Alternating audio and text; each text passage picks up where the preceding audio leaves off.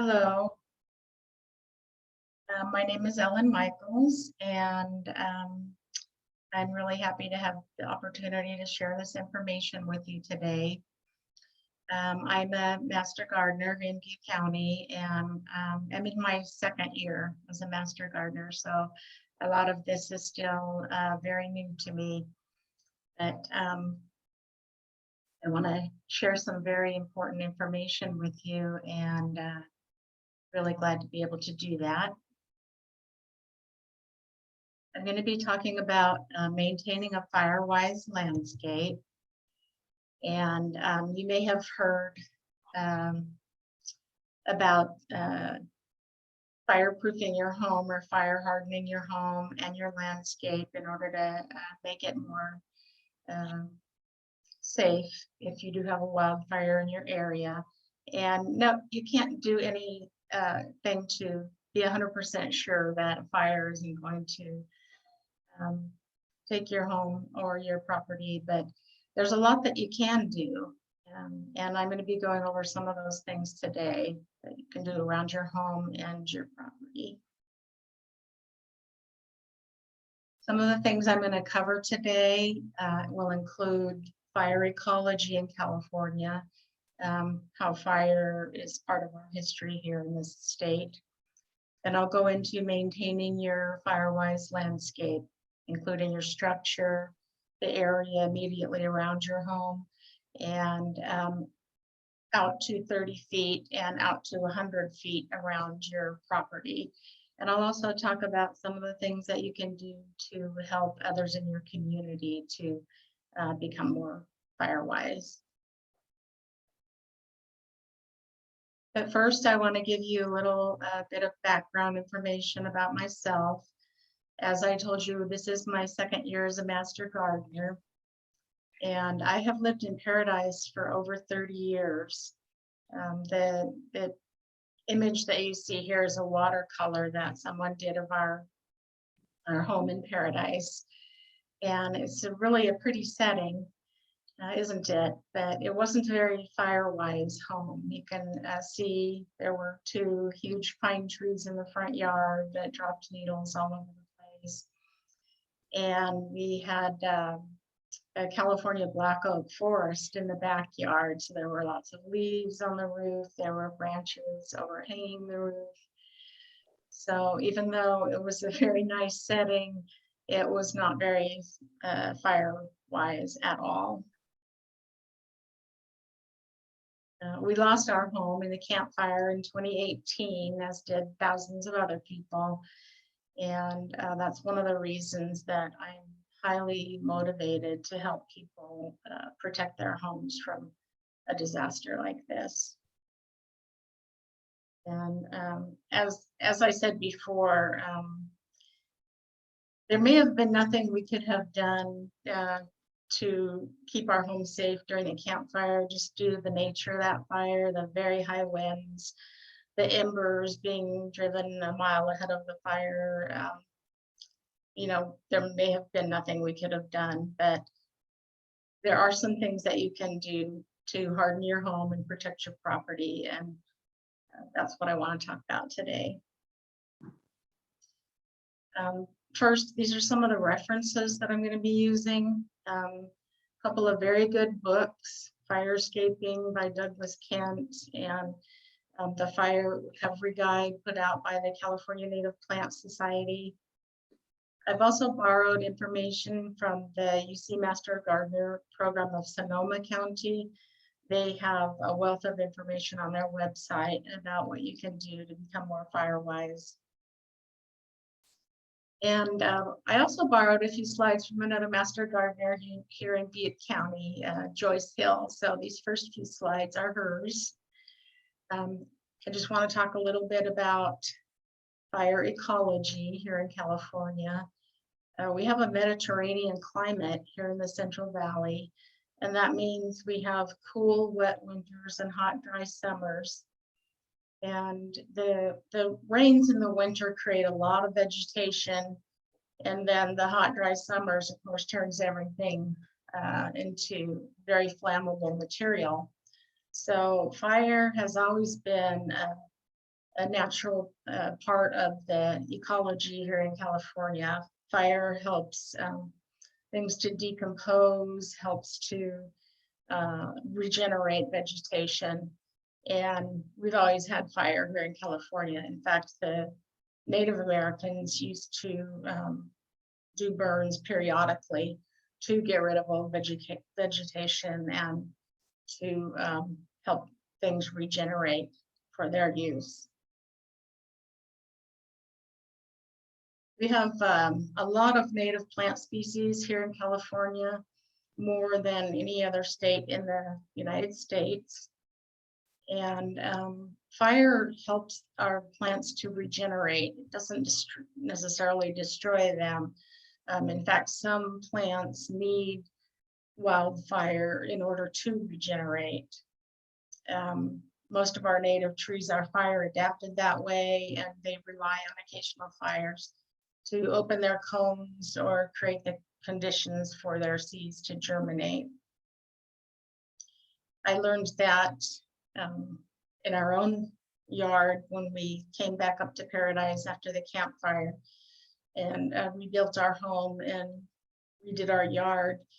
And before the fire, we had no ceanothus plants on our property at all. And now we have probably a couple dozen of them. So I learned that ceanothus is a shrub that does need the very high temperatures of a wildfire in order for their seeds to germinate. I haven't decided what I'm going to do with all of these ceanothus. We have too many. Some of them are going to have to go, but you know, when we first got back, it was anything green is going to stay. So let's talk a little bit about fires and climate change. As you're all aware, climate change is making the risk of fire worse here in California. It's a big problem for us. The fires keep starting earlier, lasting later, becoming stronger, and that trend is most likely going to increase for the foreseeable future. Also, the increasing variability between the dry and wet years. So the dry years are drier, but you have wet years that can be even wetter and can lead to risks of flooding and soil erosion and all that goes with that. And California has been in a drought for many years. We had a couple-year break, but then this last year we had drought conditions again, and that's likely to continue.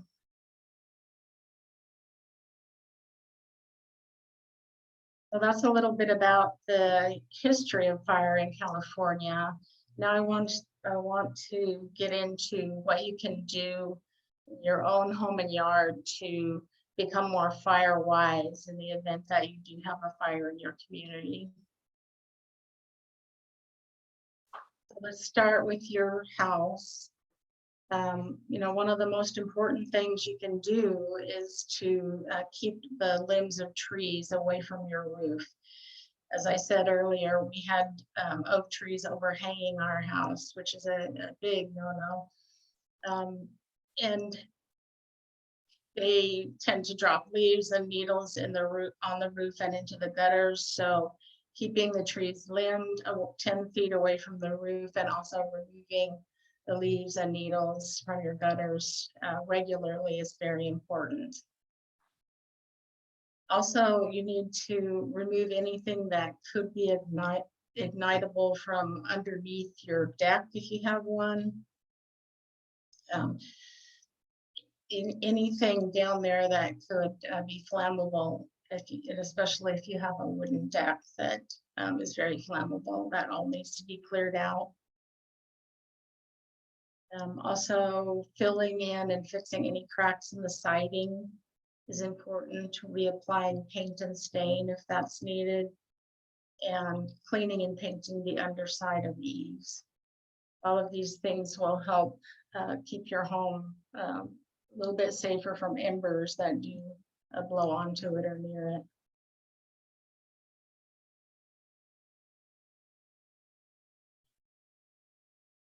The area right around your house from 0 to 5 feet is sometimes called the ignition zone. I don't like that term because it makes me think of what happened to our home, but it's also called the immediate zone. So that's the terminology I'm going to use here.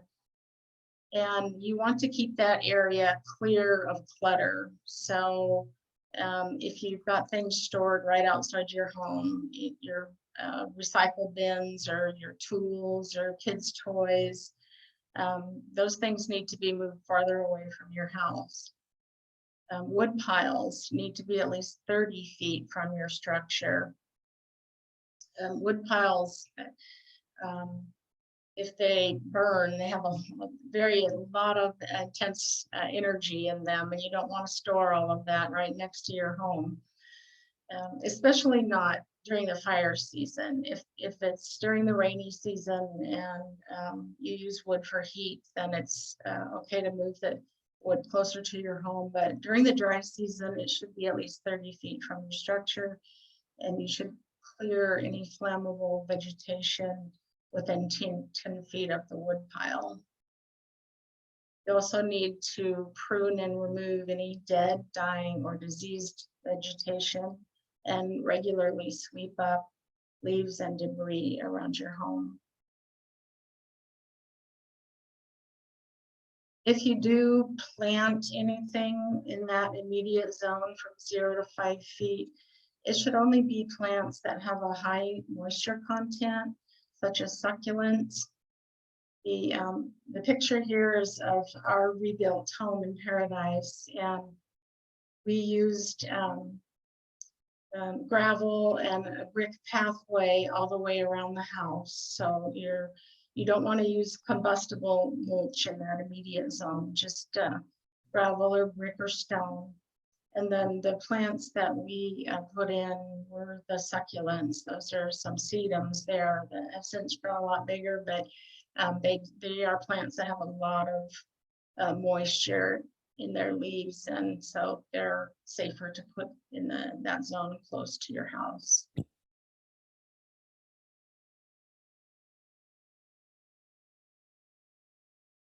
The next zone from 5 to 30 feet from your house is referred to as the intermediate zone. And you want to regularly maintain this area as well. If you have grasses or weeds, you need to mow them early in the season to about 3 inches high, and rake and remove any fallen leaves or needles. Of course, remove any dead vegetation or dry grasses. And plants that you have in this zone, make sure you keep them well irrigated during the dry season.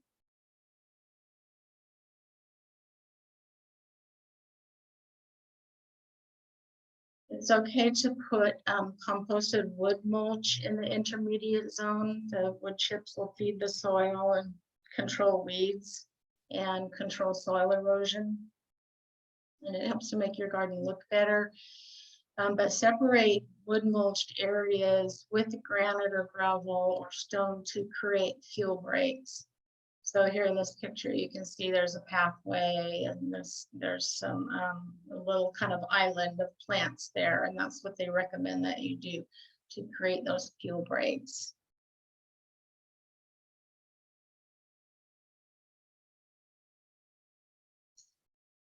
You want to prune or remove any plants that could be fuel ladders. So if you have shrubs next to trees, for instance, that's called a fuel ladder. If the shrub catches on fire, the fire goes up and into the tree. So you need to keep plants separated, or the trees limbed up enough so that fuel ladder doesn't occur. And then again, consider planting islands. This is a picture of a rebuilt home in Paradise where the owner created several planting islands in the front yard. So she's got rocks surrounding her shrubs, perennials, and then there's 3 or 4 beds there, and then she's got gravel around the rest of it. So that's a good way to do that. You can still have a lot of very attractive plants in your yard, but each planting bed is separated to create those fuel breaks.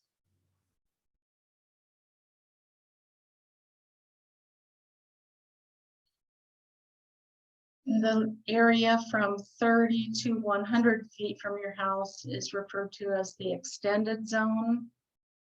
And again, you need to prune and remove all dead and dying and diseased vegetation, especially around gas tanks, outbuildings, and wood piles. You can see in the picture there what it looked like before. This is that picture from the Fire Safe Council, I believe. And you can see that it's all overgrown in the top picture there. And then after they've gone in and cleared out all of the underbrush, and you can see the trees and plants that are there much better. And that's how you want your property to look. And you need to do this as often as it takes to, you know, as things start to grow back together again, and you see it starting to look more like the top picture, it's time for you to go back out and clear it out again. We want to prevent any ground covers or vines from climbing up fences, shrubs, trees, and utility poles as well. And one thing I didn't mention earlier when we were talking about hardening your home, fences. I'm seeing a lot of homes being rebuilt here in Paradise that have wooden fences that go right up to your house. And you don't want to do that. You can have a wooden fence, but in that immediate zone, that 5-foot zone from your home, you should have some other type of fencing there, metal or stone or something, because you don't want that fence to act as a conduit for fire to come right up to your house.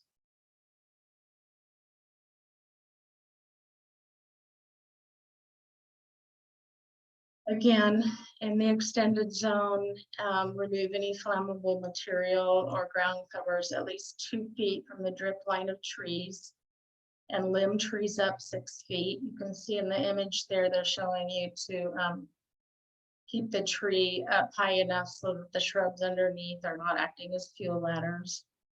Prevent your trees and large shrubs from touching each other, and periodically reopen those gaps between plants as they grow closer together.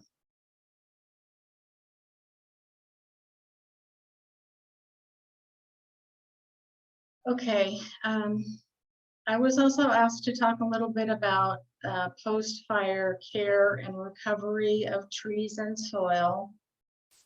Well, that's what I want to get into now. And after a fire, it's very important to prevent soil from eroding. And how you want to do that is, if you can, leave the mess, keep it under cover. So the ash and debris do provide protection to the soil. And so you should leave that there if you can. If no material is left on the ground, you may need to add wood chips or mulch to protect the soil and keep it from eroding away. And as far as the damaged trees or other shrubs, prune or remove only fire damaged trees that could endanger people or property, and keep the felled trees on site if you can. This is a picture of some trees that were left on site near our home in Paradise. Sometimes you may not have the option to do that. I know we had, after the campfire, the town had a tree removal program, and we had about a dozen black oaks in our backyard that we only have 2 left. So they came in and they looked at the trees and decided what trees needed to go. And so sometimes, in order to be safe and not damage or present a damage to danger to people or other people's property, you need to comply with what they consider to be safe for you to do. We do still have a lot of properties around town that have their trees on the ground and in place because they're not of any danger to anyone. We want to minimize disturbance and compaction of the soil. So keep foot traffic and equipment off burned landscapes when possible. For our own situation, we decided to rebuild fairly soon. So we had a lot of equipment and people on the property fairly quickly, and it did compact the soil. So if you have that option, don't have a lot of traffic and equipment on your property, and don't remove burned plants unless they present a danger to people or property. And this just shows that on our property, the bulbs coming back that spring after the campfire, the land is amazing and how quickly it regenerates, and things started coming back, and it was very, very nice to see.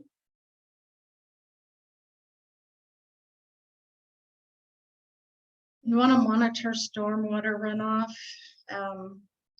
This picture here just shows the wattles, the straw wattles that were all over town after the campfire.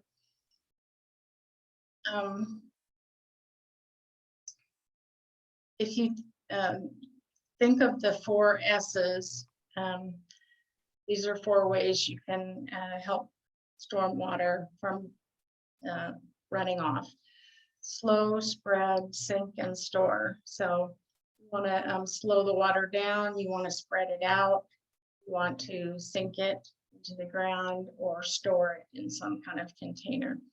And what you can use to help slow and spread rainfall is the straw mulch and straw wattles that you see being used here. You can also use detention basins, rain gardens, and water harvesting systems to detain water and use the runoff. And this is just an image from our yard where, when we had some help with landscaping in the back, we decided to put in a few detention ponds, and they do fill up with rain when we do get it, and it helps to keep the rain from coming down into the house, and it kind of channels it away to the side.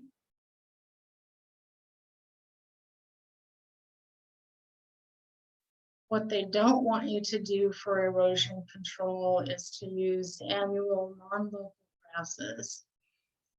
So don't plant non-local mixes or erosion control mixes in any wildland area or the WUI, the wildland urban interface.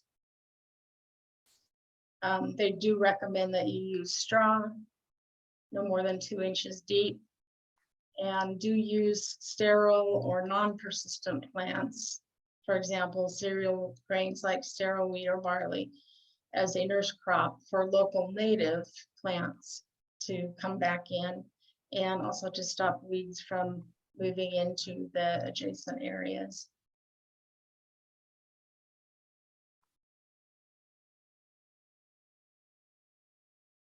So how do you know if your trees are okay after a wildfire? Sometimes it's hard to tell, that you can let time tell. If the tree is not creating any hazard, give it 1 to 2 years to see if it comes back. This is a picture of the black oaks in our backyard. As I said, we only have 2 now, but we have an empty lot in back of our lot, so there's a lot more trees back there. Don't cut trees down, even if they've lost all their foliage, if the trunk only has minor damage. If the tree has at least 10% of its cambium layer, so that's the layer of plant tissue right underneath the bark. If it's alive, it's white, and if it's dead, it's kind of brown and dry, so you can just take a little cut and take a look into the tree and see it, check out the health of the cambium layer. If the base of the tree is intact without being hollowed out, or if the exposed roots supporting a tree are not burned off or killed, that tree might be okay. And if the tree is structurally sound and poses a low risk for damage to people or property, then it's okay to leave it there.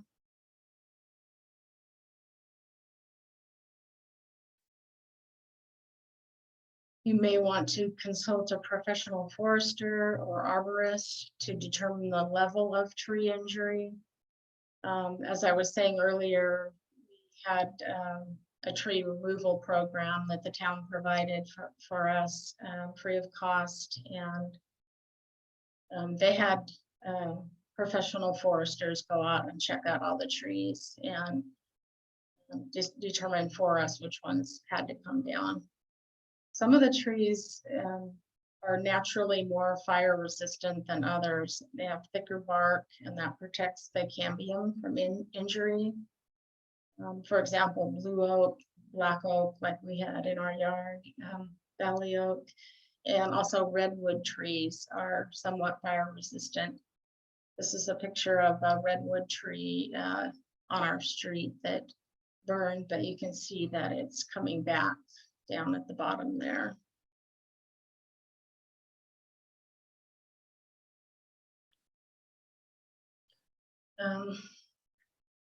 What about the sprouts that come from the stumps after they cut down your trees? Are those going to turn into new trees? That was a question we had. And yeah, they do.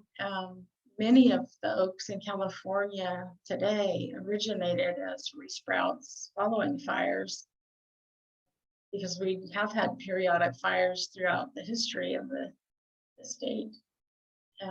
And sprouts can turn into healthy new trees fairly quickly. They grow faster than seedlings because they have a massive root system.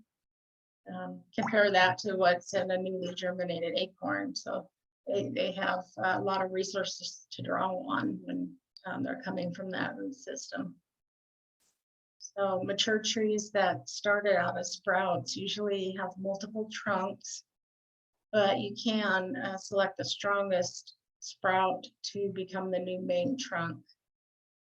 And this is just a picture of our black oak in our backyard that has, I think, 5 or 6 sprouts, and we've decided to just leave them all there for now.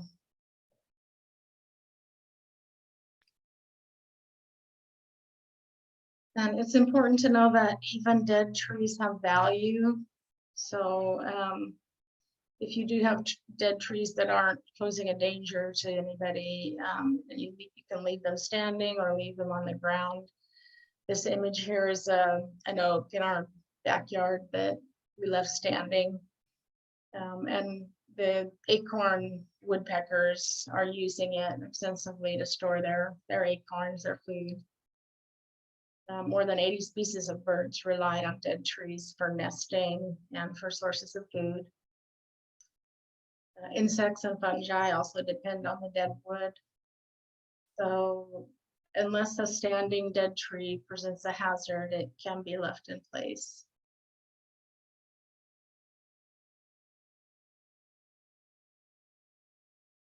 And this is a slide that I borrowed from Joyce Hill. I liked it a lot. It's from one of the books that I mentioned at the beginning, the Fire Recovery Guide from the California Native Plant Society. And the quote is just that nature really does know best. So the more that we're able to leave our land to heal and recover on its own, the better.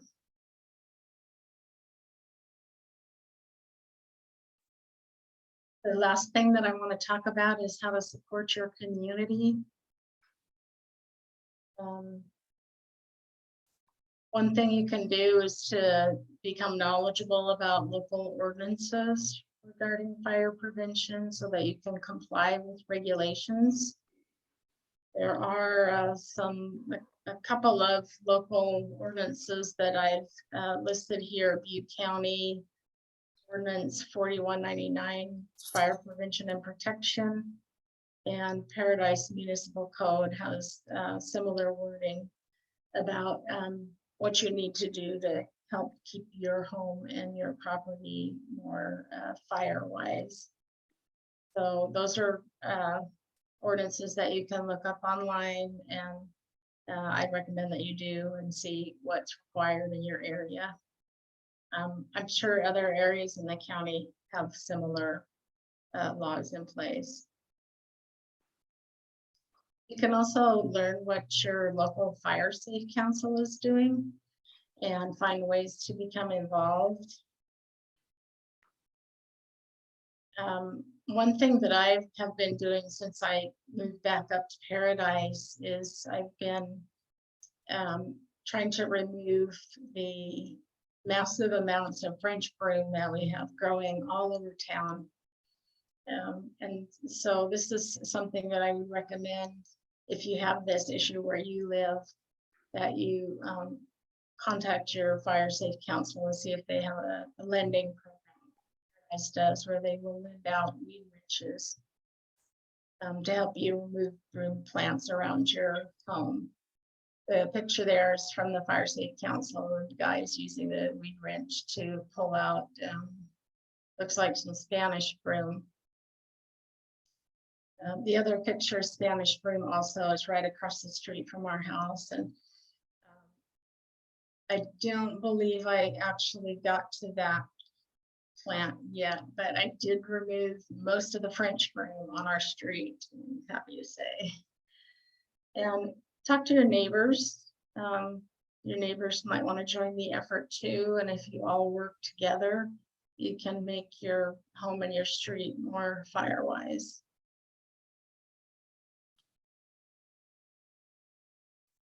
And that's all I have today. Thank you for listening, and I hope some of the information I shared will help you to keep your home and your property safer. Thanks.